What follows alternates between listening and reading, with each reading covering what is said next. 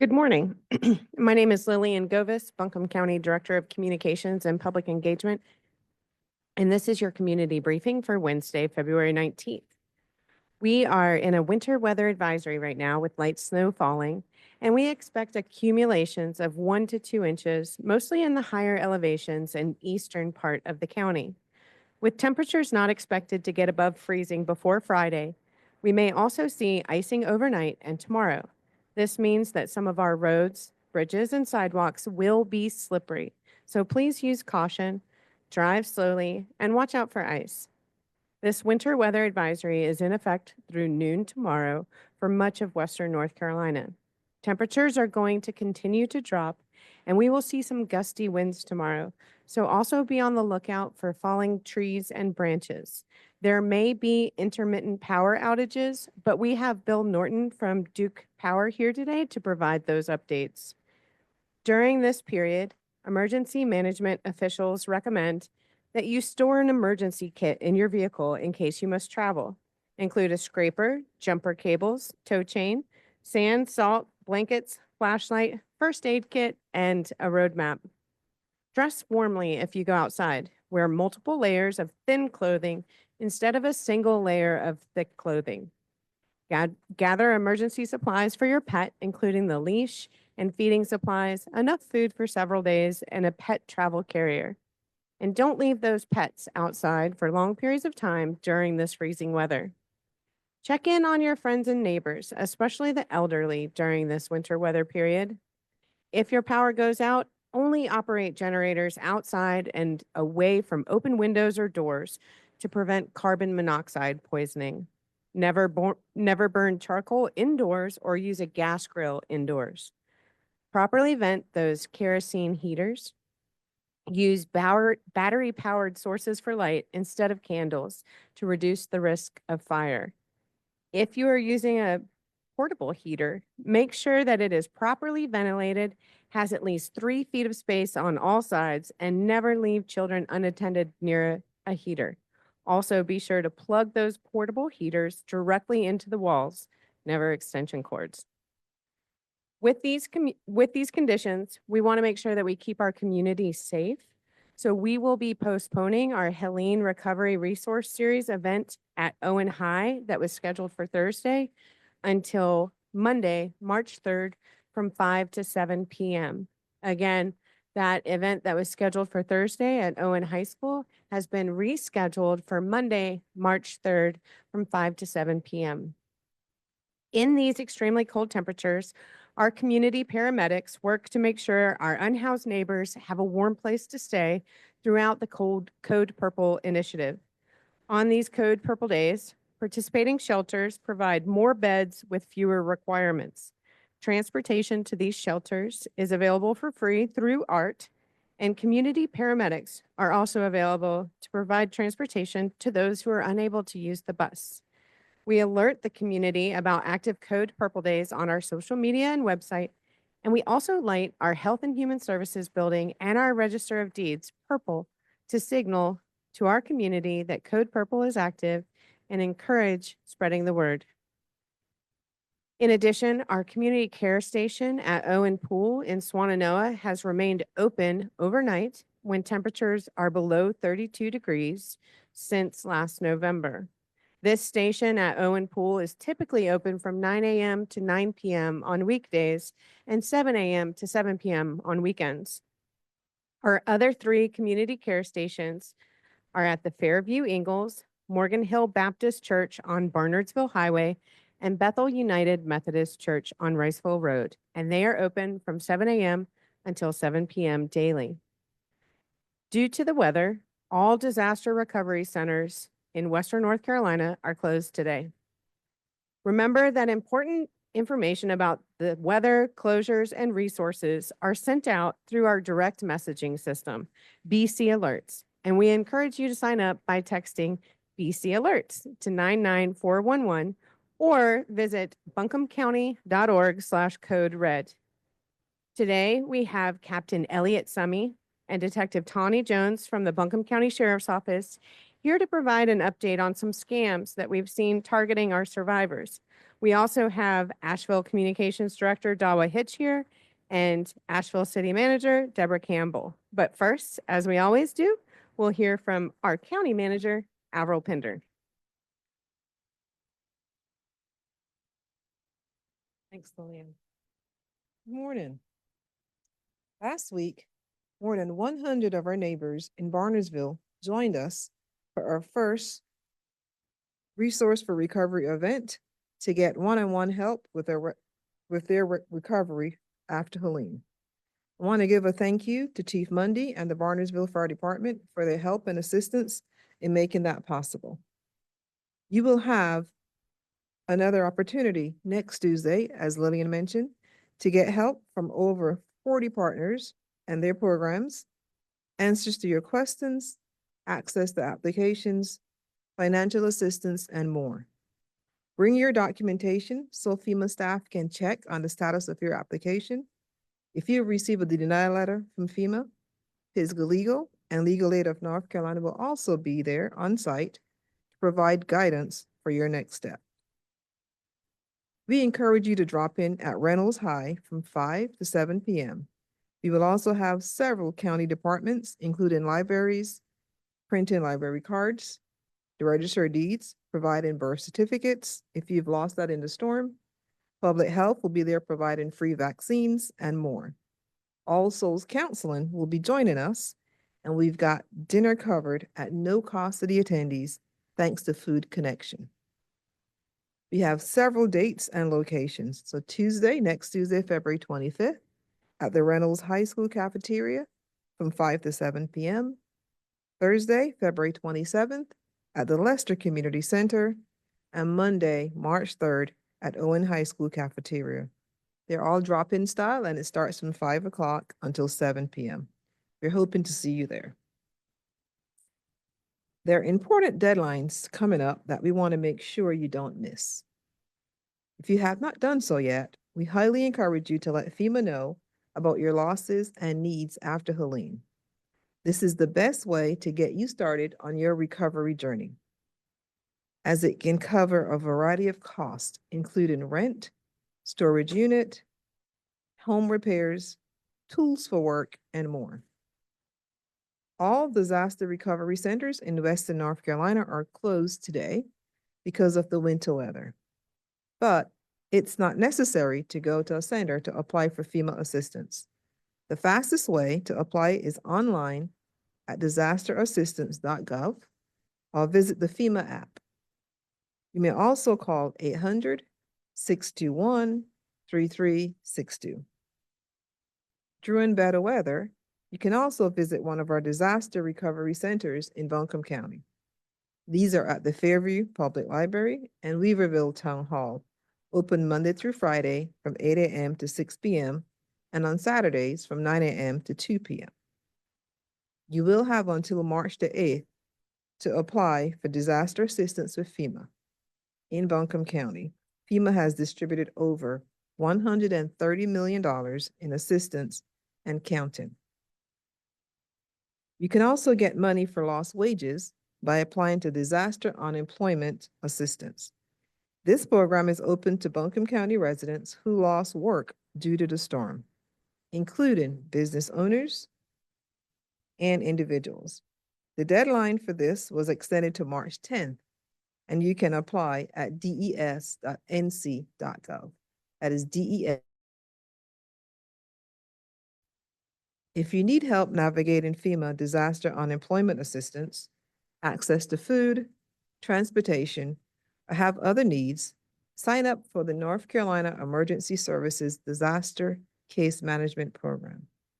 This program is available even if you haven't applied for FEMA or if your FEMA application was rejected. What is great about this program is that you will get paired with one case manager who will be your go-to guide for recovery. You may get paired with Stephen, pictured here. He is an Asheville resident who is working with survivors to make sure they get access to all the resources that they may qualify for. To apply, call 844-746-2326. Again, that is 844-746-2326, or complete the intake form at buncombeready.org. Representatives will also be at our Community Resources for Recovery events next Tuesday. If FEMA has assessed your property as major damage or worse, Red Cross has an additional assistance program available to provide financial assistance to owners and renters. Team members will be at the American Red Cross Western North Carolina chapter, located at 100 Edgewood Road, today from 6 p.m., or you can go to redcross.org/Helene Relief. They will also be at our community resource event, so you can talk with them there. Crews have made huge strides in debris removal in our community. There are 4 key areas where debris removal is currently happening. This includes public right-of-way debris removal, private property debris removal, waterway debris removal, and removal of vehicles and tanks. For public right-of-way debris removal, the Army Corps of Engineers is currently on day 146 of its mission here, and the contracted crews are on the second pass of debris collection in the right-of-way. We have been hearing from some folks that a first pass has not been completed yet on their roads. If this is the case, please call the Buncombe call center at 828-250-6100 and provide your location so we can alert crews and send them your way. The deadline the Army Corps has received for public right-of-way debris is March 1st. So if you're unable to get your debris to the right-of-way, please sign up for private property debris removal, which is well underway. And we've received over 3,000 applications from Buncombe County residents. Nearly half of those applications have been received online at www.buncombeready.org. So no need to wait in line.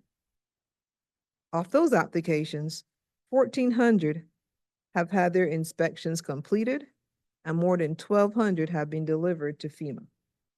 And more than 100 have already had their debris removed at no cost.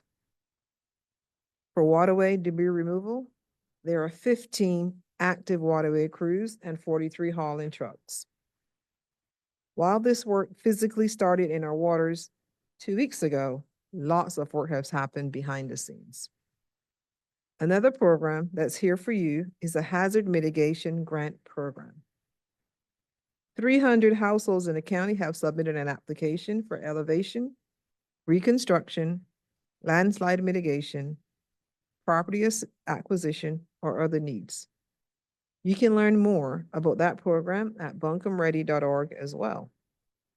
And finally, Buncombe residents with damage to stream banks causing infrastructure threats may be eligible for the Emergency Watershed Protection Program. That is through the U.S. Department of Agriculture. It assists with debris-clogged waterways, floodplains, and unstable stream banks. Go to buncombeready.org to fill out the Buncombe County Property Damage form, or you can call the Buncombe call center. Again, that number is 828-250-6100 to get connected to that program. Our folks have already visited 35 sites, so that work is happening right now. A reminder that if you need access to free, healthy food, you can visit our community engagement markets. In addition to food, these markets provide connections to other resources when available, including medical services, Helene Recovery Mortgage, rental, and weatherization assistance. At these markets, you can shop for free and take home the food that you like. Visit buncombecounty.org, community engagement, for a full list of market dates. Don't forget that we have a new website where you can find all the information that we have shared today. Visit engage.buncombecounty.org/Buncombe Recovers to find progress updates, recovery resources, information on debris cleanup, rebuilding efforts, and disaster assistance programs. And if you prefer to talk to someone or have any questions, call our One Buncombe call center, again, 828-250-6100. That is available Monday through Friday from 9 a.m. to 5 p.m. And now we will hear from Bill Norton with Duke Energy for an update on their winter storm response.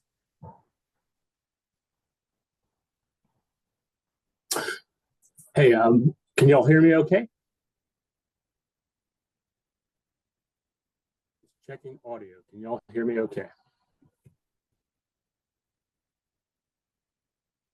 We can hear you just fine, Bill. Okay, just wanted to be sure. Thank you. So as of 11 a.m. This morning, the great news is we have no power outages in Buncombe County, despite the light snow that fell this morning. Our forecasters really do not expect significant mountain outages due to the snow itself. The bigger issue is going to be the 45-mile-an-hour wind gusts tomorrow, bringing down trees. So even though we're currently clear of outages, Duke Energy has already implemented our detailed storm response plan. We've made sure our trucks are supplied, our crews are fully staffed, and in fact, in addition to our regular Duke Energy crews in the area, we have 18 contract crews here in Western North Carolina for the ongoing electricity infrastructure rebuild. So we're in great shape to respond quickly to any outages that do occur. As you've seen recently, Mother Nature has thrown us some challenges. Last week, we had an ice storm that caused outages in Black Mountain and Spruce Pine. Sunday, we had very strong winds that caused challenges in Asheville and Haywood County. So we really appreciate our customers' patience as we worked as quickly as possible to restore power from those weather events. And we're in position to do so again, too, if we have challenges overnight tonight or tomorrow. The biggest ongoing challenge for us is weakened trees and saturated ground. Any strong winds that we get is going to bring down more trees. That's just unavoidable. We are trying to get ahead of that, though. Our vegetation crews have recently inspected more than 1,300 miles of power lines, identifying nearly 650 danger trees that had a high likelihood to cause outages in the future. And we've already removed the majority of them. But even with that proactive approach, obviously we can't remove every tree that could potentially cause problems down the line. So even though we're fully staffed to quickly respond to any outages that do occur today or tomorrow, if you have extensive tree damage taking out multiple poles in your area, repairs can take an extended period. And we're going to have dangerously cold temperatures tonight, and especially overnight Thursday and Friday. So please have a plan in place just in case you lose power for an extended period of time, especially if you or a family member rely on electricity for medical needs. Now is the time to make sure your mobile phones are fully charged, along with any backup batteries, know where they are, make sure they're charged. Other devices as well, such as iPads or laptops. Make sure you have an adequate supply of flashlights, batteries, bottled water, non-perishable foods, and especially medicines. If you do lose power and use a generator, follow the manufacturer's instructions to ensure safe operation. As Lillian mentioned, be sure to operate your generator outside and never in a building or a garage. Likewise, you can't use grills or other outdoor appliances indoors for space heating or cooking, as those devices can emit carbon monoxide. For other safety tips like that, please visit duke-energy.com/outages. Those tips are helpful now for you as you prepare, and there are other tips for what to do after severe weather. That's also the place to report an outage, or you can also use the Duke Energy mobile app on your phone. You can text out to 57801, or you can call us at 1-800-POWER-ON. That's 800-769-3766. Beyond the immediate storm, there are three other topics I'd like to really quickly touch on. One is the ongoing cleanup of damaged electricity infrastructure in North Carolina. We know this is a priority for the community, as we heard earlier in this conference, and it's our priority too. We've had dedicated contract crews working in Asheville for months just doing infrastructure cleanup. Those crews have now moved on to Spruce Pine for the ongoing cleanup there. But if we do have more damage from Buncombe, in Buncombe from this storm, they'll immediately come back, take care of that electricity infrastructure, and keep on moving. Second, power restoration from Hurricane Helene itself. As you've heard me say before, we've restored power, long since restored power to every structure physically able to receive power. If your home or business has been in an extended rebuild and you've just gotten that electrical inspection that says, yes, you are now safe and clear to receive power, please contact us. We are ready to hook you up, but we do need to hear from you after you've had that successful inspection. Finally, after this, the extended deep freeze that we had in January, and now this ongoing winter weather in February, for customers who are not on a budget billing plan, bills are undoubtedly going to be higher given the amount of energy used to heat your home this winter. To help, Duke Energy recently expanded our assistance programs for customers in need, particularly low-income households. Last year, we saw $90 million provided in energy bill assistance to North Carolina customers, helping more than 114,000 households through programs like our Share the Light Fund and other initiatives. For this year, we've expanded our weatherization programs and other initiatives to help customers use less power. So if you're struggling to pay your bills or you simply want to lower them, visit duke-energy.com/winter energy savings. That's dukeenergy.com/winter energy savings, all one word, for tips, links to financial assistance, and much more. Thank you. Thank you, Bill. And Bill's going to stick around in case we have questions from the members of the media as we wrap things up a little bit later. But next, we want to turn things to Captain Elliot Summey with the Buncombe County Sheriff's Office, who's going to share a little bit of information about some scams that we've seen lately that are targeting our Helene survivors here in Buncombe County. Captain Summey?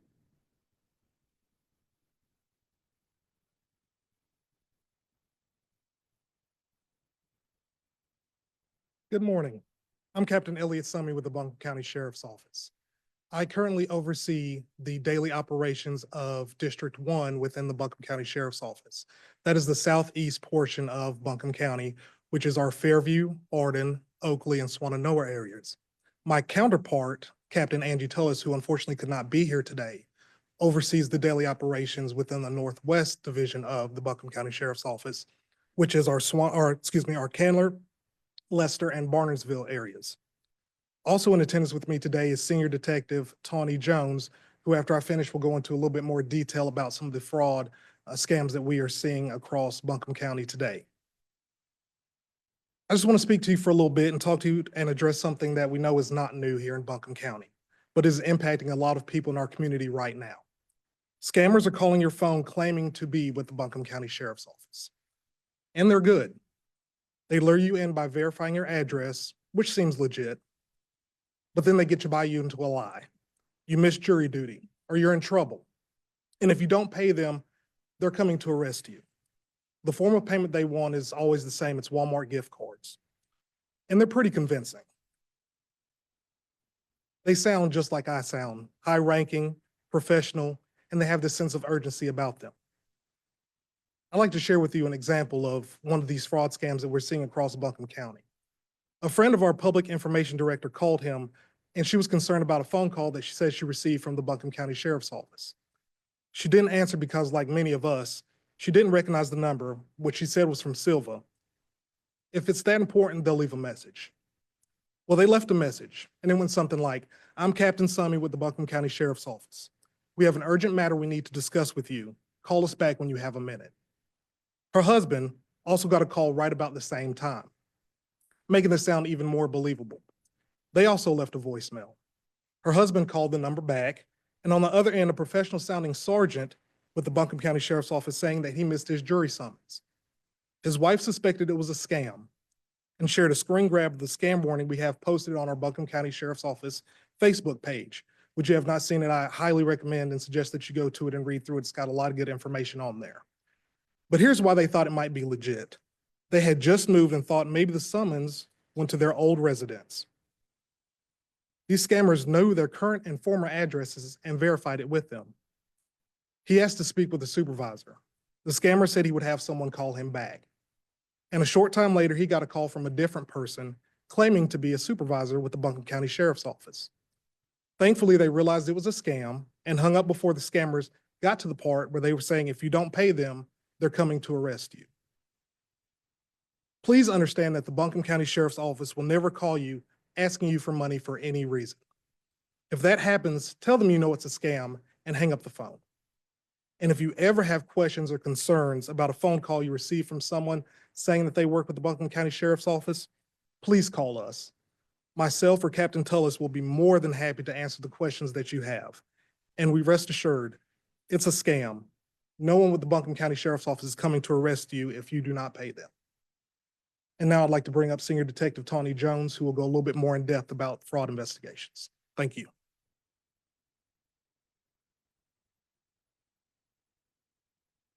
Good morning. My name is Detective Tawny Jones, and I am working financial crime with the Buncombe County Sheriff's Office.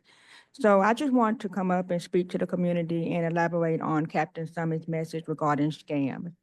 I just want you to know that the most recent scam that has affected our community within the past week has been an individual or scammers, I would say, that is calling and impersonating myself, Detective Tawny Jones. They're utilizing email addresses that they have created that are not real. They are Gmail email addresses. We do not use Gmail email addresses. They're also sending out fake summons saying that they missed jury duty, asking for payment via Venmo. I just want you to know that I am a real detective with the Buncombe County Sheriff's Office. My name is Detective Tawny Jones, but I am not contacting you by phone or by email requesting payment. Myself, nor any other detective or any other officer of the Buncombe County Sheriff's Office will ever contact you asking payment for missed jury duty. Not by Venmo, PayPal, Cash App, any other money transfer method. I just want to take this time to elaborate on Captain Summers' message, let you know that if you receive this call or you receive an email, you feel free to immediately hang up and contact someone at the Buncombe County Sheriff's Office, and we will be gladly to speak with you and let you know that this is a scam.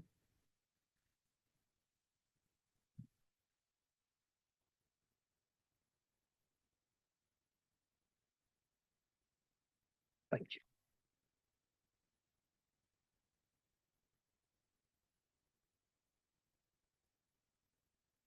Thank you.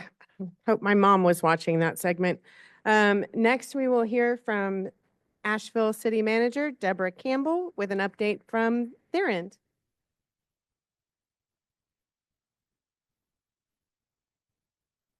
Thank you, Lillian. Good morning. My name is Deborah Campbell, and I serve as the city manager of Asheville.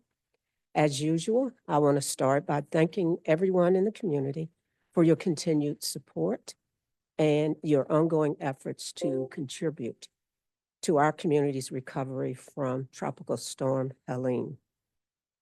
We are on day 147 of our emergency response and recovery efforts. Today, we will provide updates on the city's winter weather preparedness message, the launch of a new Asheville Recovers website, the results of the Helene Recovery Priorities Survey, which will be given by our Communication and Public Engagement Director, Dawa Hitch. She will then turn it back over to me, and I will conclude with updates on City Council's recent retreat and an upcoming opportunity to share comments on the city's 2025-2026 budget. So, winter weather update. City staff across multiple departments are working together to deliver a coordinated response to today's and tomorrow's winter weather. Yesterday, Public Works crews pre-treated priority roads with brine to help prevent ice formation and are out salting the roads today as well. As was stated by county staff, temperatures are expected to drop tonight which could make for icy road conditions tomorrow morning. For proactive measures, our public works crews will remain working through the night and into tomorrow, salting the roads until conditions improve. Water crews are on standby for 24/7 coverage as needed for possible water line breaks. Additionally, fire, police, and water production teams will be staffed for 24/7 coverage as well. Residents are encouraged to stay informed through the city's website and social platforms. If travel is necessary, please practice caution as icy roads are a possibility. With respect to the predicted temperatures being in the teens, the two most important steps you can take, particularly to protect your water pipes, are cover outside faucets, drip an indoor faucet overnight. The full list of protective measures are posted on Water Resources website and on the City of Asheville social media channels. Shifting back to Helene Recovery, I'm happy to share today marks the launch of a new city-managed website, AshevilleRecovers.org. This site is a dedicated online resource for Helene recovery within the city limits. The site was designed to ease navigation through the many channels feeding into our city's ongoing recovery efforts. Many of the features you will see were inspired by feedback city staff received through the Helene Recovery Engagement Hub. Whether you're looking for progress updates, public meetings, community-sponsored events, upcoming FEMA deadlines, volunteer opportunities, or links to resources, all information can now be accessed through this one site. In addition to city information and updates, AshevilleRecovers.org also provides access to the vital work being done by community partners. From nonprofit initiatives to local government actions, the site showcases collaborative efforts and resources available to rebuild and strengthen our community. The site will continue to grow and evolve, and I encourage you to share events, suggestions, or resources by navigating to the envelope icon at the top of the page or the contact link at the bottom of the homepage. We invite the community to visit AshevilleRecovers.org, stay informed, and be part of the recovery process. I'll now turn it over to our Communication and Public Engagement Director, Dowell Hitch, who will give an overview of the Helene Recovery Priorities Survey that took place earlier this month. Dowell?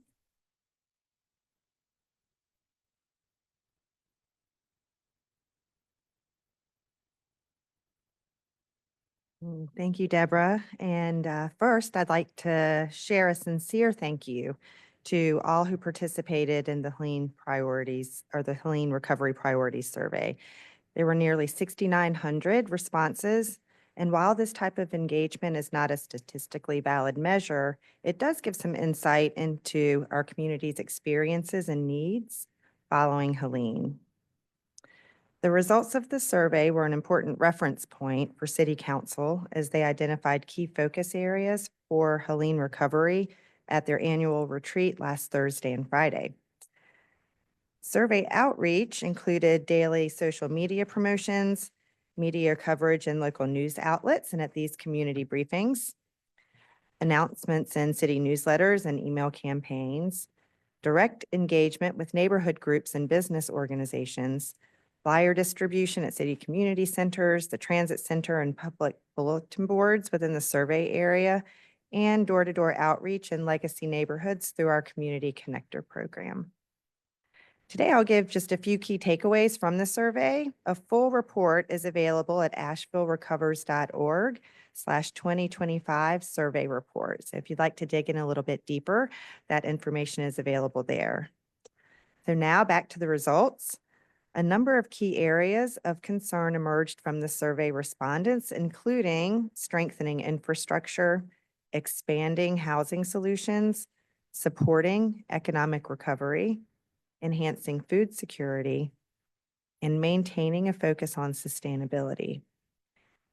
With respect to strengthening infrastructure, 96% of respondents rated infrastructure repair as essential or very important, and 94% supported rebuilding infrastructure to be stronger and more storm resilient, even if it takes longer.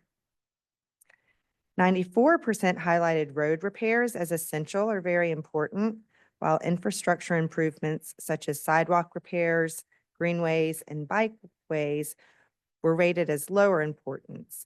Those percentages were 68, 63, and 44% respectively. Demographic information was optional on the survey, which is our standard practice for all public engagement surveys. And while this survey is not a representative sample, there were some notable differences in responses within different demographic groups. One example is in the housing stability area, where 74% of overall respondents rated affordable housing development as essential or very important. And then when looking at responses by demographic groups, we saw that 88% of people who identified as renters rated that same function, the housing stability focus area, as essential or very important, as well as 86% of lower income residents, 83% of younger respondents, and 80% of respondents who identify as Black, Indigenous, or people of color.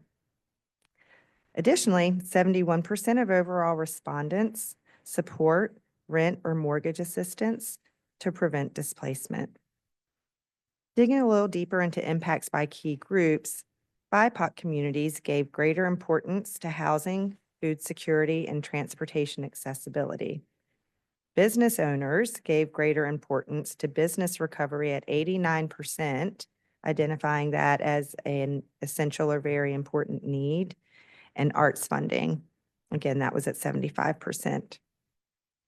Displaced residents gave greater importance to basic needs. Lower income respondents gave greater importance to affordable housing, rental assistance, and emergency shelter. Renters gave greater importance to affordable housing, emergency shelter, and tenant protections. And finally, young respondents, which are identified as age 25 and under, noted higher percentages of emotional distress, challenges to food access, and income loss. These survey insights and input from a workshop with Asheville Board and Commission chairs were a first step in understanding community impacts and needs.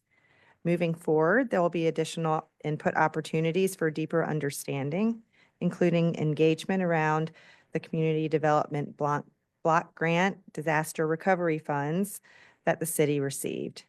Those meetings are underway. There is a meeting tonight at the Skyland Library at 6 p.m. Additionally, there are in-person meetings scheduled February 24th at the Wesley Grant Southside Community Center and February 26th at the East Asheville Library. Please visit publicinput.com/cdbg-dr for more information. I'll now turn it back over to Ms. Campbell, who will follow up with an overview of last week's City Council retreat and how this engagement helped inform City Council's discussions around Helene recovery priorities.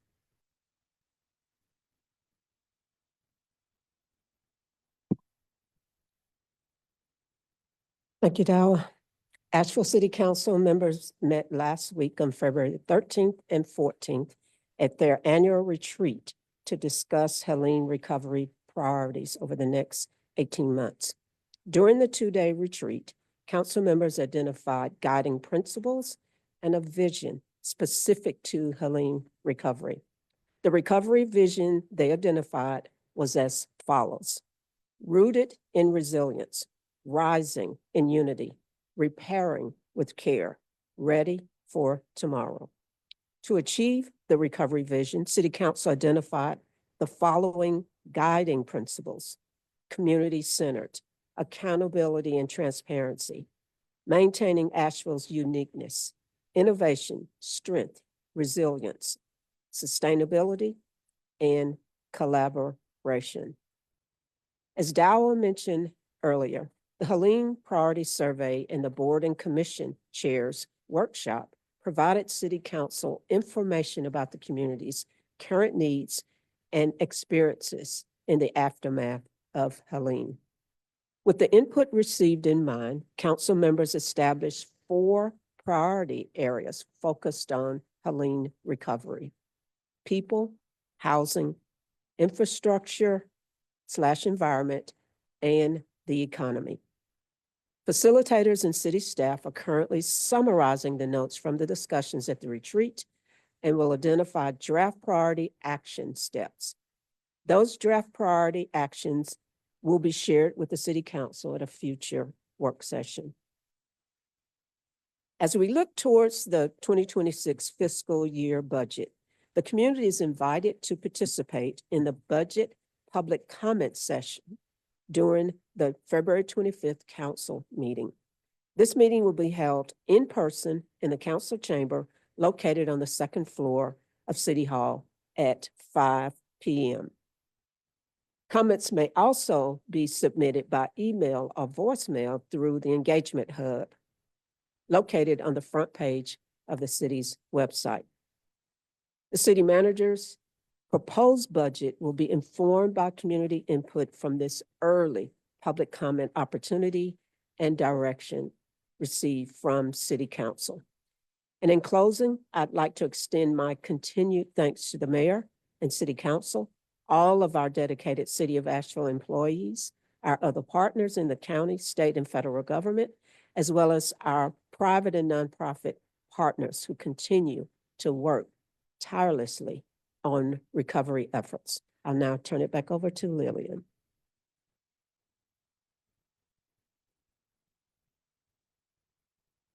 Thank you. With that, we will turn this over to questions from the media who are on a separate Zoom link. We do still have Bill from Duke here on the call with us. And so we will look to see if we have any questions from the media. Captain Summy and Detective Jones are also still here as well, if there are questions about scams for them. Anything in the chat, Angelica? Angelica's shaking her head no. As we close things out, we want to thank y'all for joining us here every week. If you want to hear about a certain topic or from a community partner, please email us your ideas at pio@buncombecounty.org. Next week, we will have Asheville Habitat for Humanity joining us to talk about changes to their program to support Helene survivors. And so we will look forward to that next week on Wednesday at 11. Of course, we encourage you to stay up to date by signing up for our org/code red. And with that, we will conclude this week's briefing and we will look forward to seeing all y'all back here next week. Thank you.